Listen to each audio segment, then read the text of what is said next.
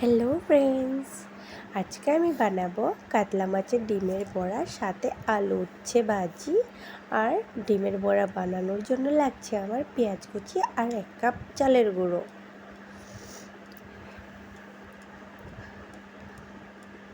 তো আমি আমার পরিমাণ মতো চালের গুঁড়ো দেব, যতটুকু লাগবে। এই যে দেখো, আমি কিন্তু 1 কাপের হাফ কাপের থেকে বেশিটা দিয়েছি আর কমটা রেখে দিয়েছি। এখন দিয়ে দেব আমি তার মধ্যে আমার পরিমাণ মতো পেঁয়াজ কুচি, তারপরে দিয়ে দেব কাঁচা লঙ্কা কুচি,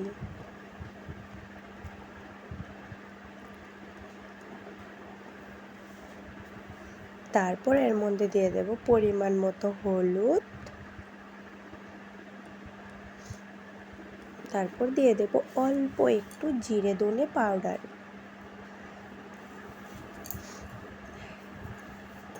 তারপর দিয়ে দেব অল্প একটু লঙ্কার গুঁড়ো, তারপর স্বাদ মতো নুন দিয়ে ভালো করে মেখে নেব।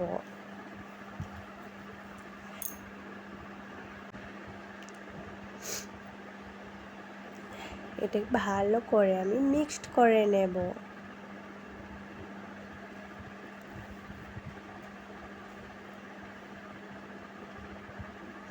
এই দেখতেই পারছো আমি পুরো মিক্সড করে নিয়েছি। এখন কালারটা জাস্ট দেখো।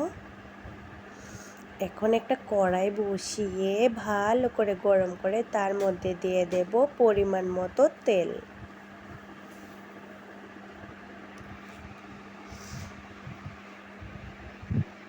দেখো আমার তেলটা পুরো গরম হয়ে গেছে। এখন ভালো করে কড়াইয়ের এপিট ওপিটে লাগিয়ে নেব।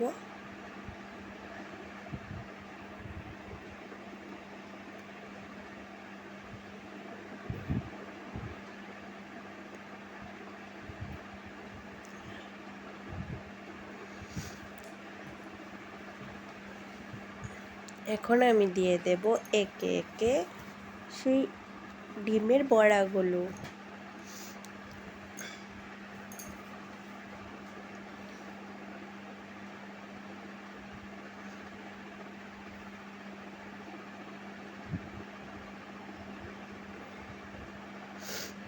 জানো তো, দুদিন ধরে আমি বড় ভিডিও দিতেই পারছি না রান্নার, কারণ কি আমার শরীরটা প্রচণ্ড পরিমাণের খারাপ।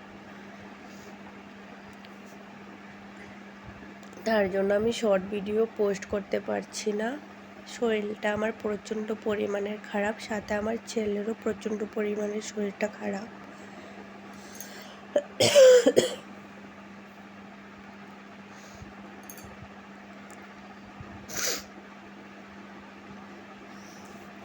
তো দেখতেই পারছো আমি একে একে সব কটা দিয়ে দিচ্ছি।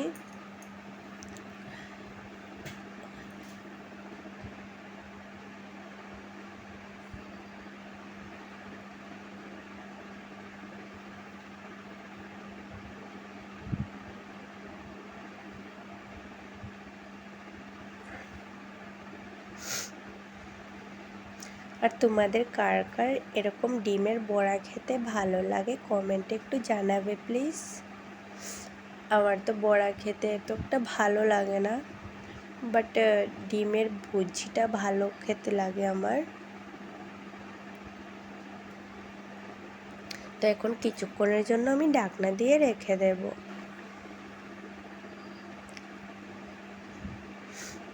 এই যে দেখো আমার বড়াগুলোর কালারটা কিন্তু খুব সুন্দর হয়ে চলে এসেছে। এই যে দেখো লাল লাল হয়ে।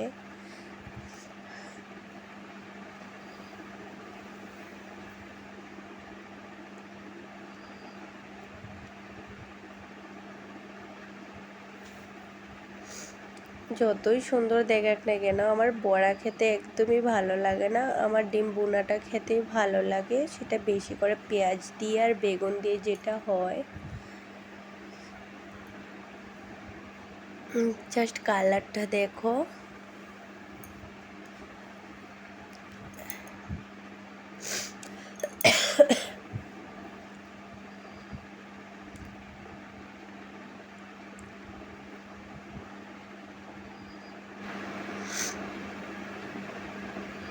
দেখো আমার ডিমের বড়াগুলো হয়ে গেছে। এখন আমি একে একে সবকটাকে নামিয়ে নেব।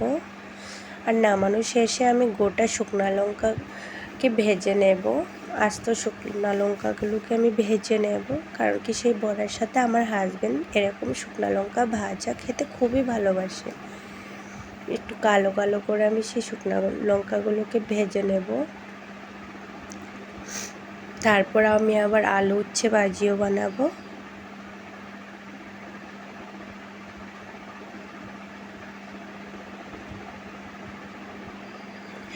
এই যে দেখো রেডি আমার ডিমের বড়া। এখনে বানাবো আলু উচ্ছে ভাজি।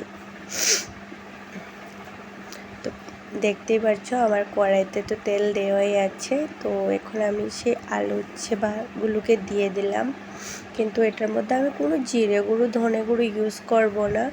শুধু চিড়ে রাখা কাঁচা লঙ্কা আর হলুদ গুঁড়ো আর লবণ দিয়ে সেটাকে জাস্ট আমি ফ্রাই করব।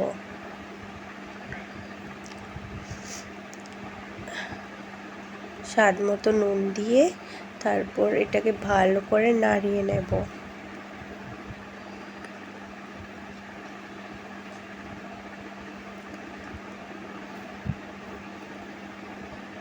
কাঁচা লঙ্কা চিড়ে গুঁড়োকেও আমি দিয়ে দিলাম।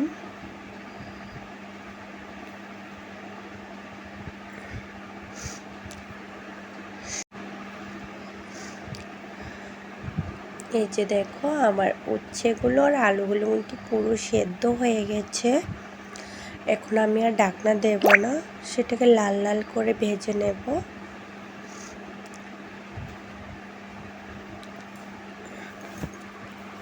আমার হাজব্যান্ড উচ্ছে ভাজাতে জিরে গুঁড়ো ধনে গুঁড়ো মশলাটা পছন্দ করে না, তার জন্য আমি সাদামাটাভাবে উচ্ছে ভাজি করি। আর এদিকে দেখো আমার সোনামা ঘুম থেকে উঠে আমার কাছে চলে এসেছে, আমার ছেলে নিয়ে এসেছে। এই যে আমার ছেলে আর আমার সোনামা। আমার ছেলেরও শরীরটা বেশি ভালো নেই।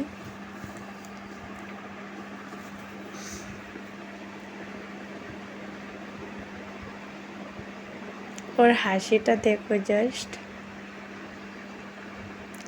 ওর সাথে কথা বলতে বলতে সেদিকে আমার ভাজিটাই লেগে যাচ্ছিল, নিচে পুরো লেগে যাচ্ছিল। তো দেখতেই পাচ্ছ আমার ভাজি কিন্তু লাল লাল ভাব হয়ে এসেছে, আর বেশি সময় লাগবে না। এই যে দেখো জাস্ট কালারটা।